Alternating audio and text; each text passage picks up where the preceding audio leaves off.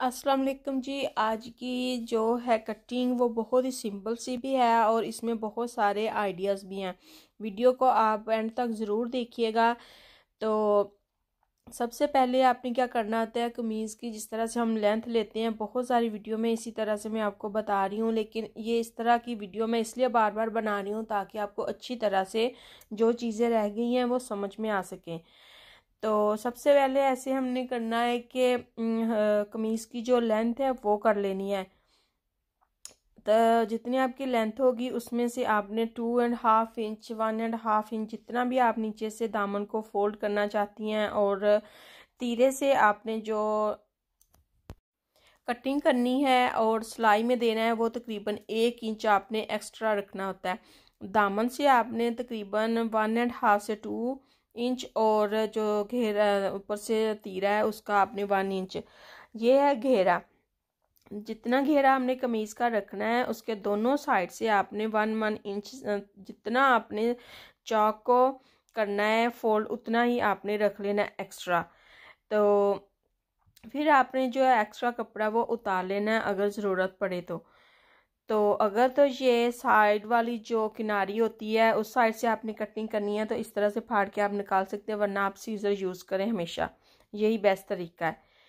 तो इसके बाद जो है जो फ्रंट और बैक साइड है उसको आपने लैदा कर लेना है। तो बड़े आराम से आपने ये सारा कुछ करना है, यानी कि साइज़ में कमी बेशी ना हो। अच्छे से फोल्ड करके आपने इसको देखना है कि टेढ़ापन तो नहीं है, कहीं से जो रेब है वो तो नहीं, उसको भी आपने निकाल लेना है। ये बहुत मेन चीज़ें हैं जो कि आपकी सिलाई में भी और फिनिशिंग में भी आप जो है ना वो असरअंदाज होती हैं। तो इस तरह से आपने अच्छे से इसको कर लेना है, दोनों साइड को उतार लेना है। अगर आपको लगे कि कहीं से भी टेढ़ापन आ रहा है या कुछ भी आ रहा है, उसके लिए आपने एक्स्ट्रा कपड़ा रखना है। एक्स्ट्रा कपड़ा रखने के बाद आपने जब लैदा कर लेनी है दोनों हिस्से, यानी कि फ्रंट और बैक दोनों को, तो फिर आपने अच्छे से उनकी रेब जो या जो टेढ़ापन है वो आपने निकालना है। अगर ज़रा सा भी टेढ़ापन कमीज़ में रह गया कटिंग करते हुए तो कमीज़ आपकी तिरछी जाएगी और एक साइड को जाएगी, या लेफ़्ट साइड से या राइट साइड से, या जो पिछला हिस्सा है वो एक साइड को आगे की तरफ आएगा, या फ्रंट वाला जो है वो बैक की तरफ जाएगा। अब देखना है हमारे पास जो फैब्रिक है इसके ऊपर प्रिंट जो है, प्रिंट के हमने फेसेस जो हैं फ्लावर के या कोई भी डिज़ाइन बना हुआ होता है तो वो प्रिंट किया हुआ जो डिज़ाइन है उसके फेसेस आपने एक साइड पे करने, जैसे कि ये वाले हैं। आपको नज़र आ रहा है कि ये दोनों फेस एक साइड पे हैं। अगर ये जो फ्लावर है इनके फेस एक साइड पे ना हो तो फिर आपने इसको क्या करना होता है, ऐसे पकड़ना है इस तरह से, जिस तरह से ये मैंने आपके सामने रखा है। ये फेस नीचे जा रहे हैं, ये ऊपर आ रहे हैं।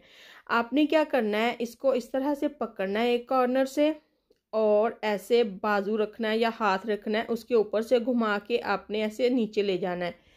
उससे क्या होएगा कि जो फ्लावर हैं वो सिर्फ साइड चेंज करने की वजह से ये एक साइड पे आएंगे, इनके फेस जो है।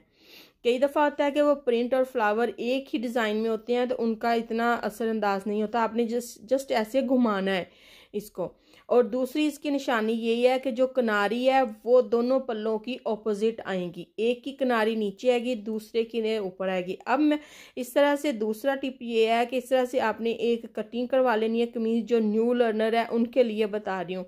अच्छी सी किसे अपने जिससे आप समझते हैं कि वो आपको सिखा रहा है या उसको कटिंग करनी आती है, आपकी फैमिली मेम्बर हो या आपका कोई टीचर हो, तो आपने उससे कटिंग करवा लेनी है और फिर इस तरह से ऊपर रख के आपने कटिंग करनी है। इस वीडियो को गौर से देखें जैसे मैं कटिंग कर रही हूँ। मैंने जो पिछला हिस्सा है उसकी आप साइज लिया है शोल्डर का, फ्रंट वाला नहीं लिया।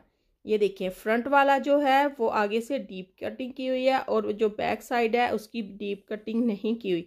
आपने वही देखना है यहाँ से कि ये वाला हिस्से से कटिंग कौन सी वाली है और बड़ी है, ठीक है। यहाँ से ये वाला जो है, अब जो फ्रंट है और बैक है इसको हमने लैदा लैदा करना है।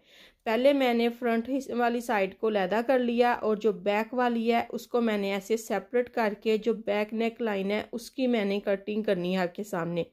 आपने भी बिल्कुल ऐसे ही करना है। अगर बैन लगाना है तो उसी हिसाब से आप कटिंग करेंगे, अगर वैसे आपने कपड़ा लगाना है तो उस हिसाब से कटिंग होगी। तो इसको अब ऐसे रोल कर लेते हैं, दोनों पल्लों को इस तरह से ऐसे इसको एक साइड पे रख देंगे। और ये कटिंग करते हुए आपने ये भी देखना है कि जो एम्ब्रॉयडर्ड होते हैं उनको भी आपने चेक करना है कि फ्रंट पे कौन सा वाला आएगा। ये है फ्रंट, अगर इसके नेक लाइन पे एम्ब्रॉयडरी होती तो वो भी हमने देखनी थी, अगर प्लेन है तो वो भी देखना है, अगर आपने बिल्कुल इस तरह से प्रिंट वाला लेना है तो वो भी चेक करना है। अच्छा, तो अब क्या करना है, बिल्कुल ऊपर रख के इस तरह से जो क्रीजें बनी हुई हैं सेंटर में उसको हमने बराबर कर लिया। अब हम इसकी करेंगे डीप कटिंग जो कि शोल्डर की होती है, जैसे कि आपको नज़र आ रहा है। अच्छे से आपने बराबर कर लेना है इसको। और यहाँ से जहाँ से हमारी स्लीव्स की फिटिंग शुरू होती है या एंड होता है, हमारे चेस्ट की फिटिंग जहाँ से शुरू होती है वहाँ से शुरू करके इस तरह से आपने ये कटिंग कर लेनी है डीप। ये है दोनों फ्रंट वाली साइड, ठीक है। इसके बाद तीरे की जो 1/2 इंच है वो भी कर लेते हैं। तो ये मेरे पास ऑलरेडी की हुई थी।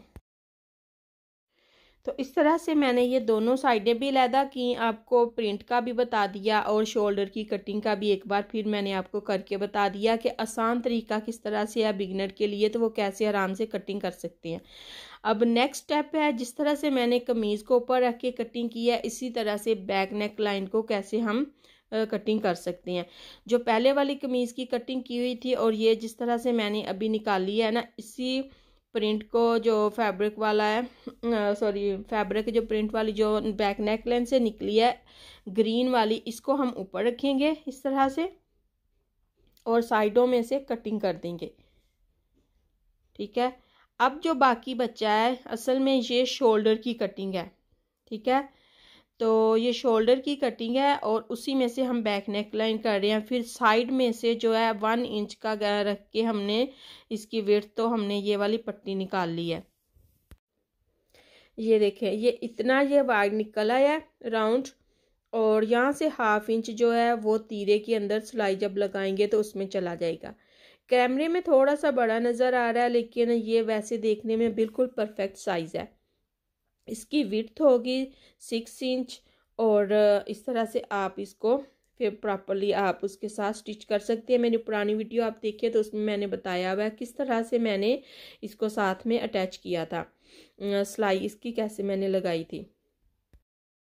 अब बारी है स्लीव्स की। स्लीव्स को भी आपने जैसे कमीज़ को ऊपर रख के कटिंग की थी बिल्कुल इसी तरह से स्लीव्स की भी कटिंग कर लेनी है, जो कि मैं ऑलरेडी कर चुकी हूँ। अब मैं सिर्फ इसकी जो है फ्रंट पे जो आएगा वहाँ से थोड़ी सी डीप कटिंग करूँगी, जो कि फ्रंट पे आएगी डीप कटिंग के साथ, जैसे मैंने आपको पहले सिलाई करते हुए दिखाया है। आप दूसरी वीडियो जाके चेक करें जो कि शुरू से मैंने स्टार्ट से कटिंग के बारे में अपलोड की हुई हैं, तो फिर आपको प्रॉपरली पता चल जाएगा। इसी तरह से आपने जो साइज़ रखना है फ्रंट से आप कम या ज़्यादा उसी हिसाब से करके अच्छे से कटिंग कर लें। सिर्फ शोल्डर का होता है कि लार्ज या मीडियम या स्मॉल आपने साइज़ कितना रखना है।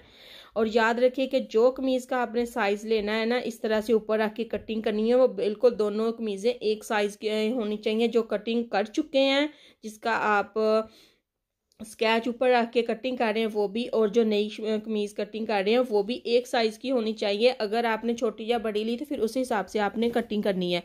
इस तरह से कमीज़ भी आपकी आसानी से कटिंग हो जाएगी और जो है जो स्लीव्स हैं वो भी। इसी तरह आप ट्राउज़र को भी कर सकते हैं। ये देखिए जी वो कमीज़ मैंने सिलाई करके तैयार कर ली है, आपके सामने है।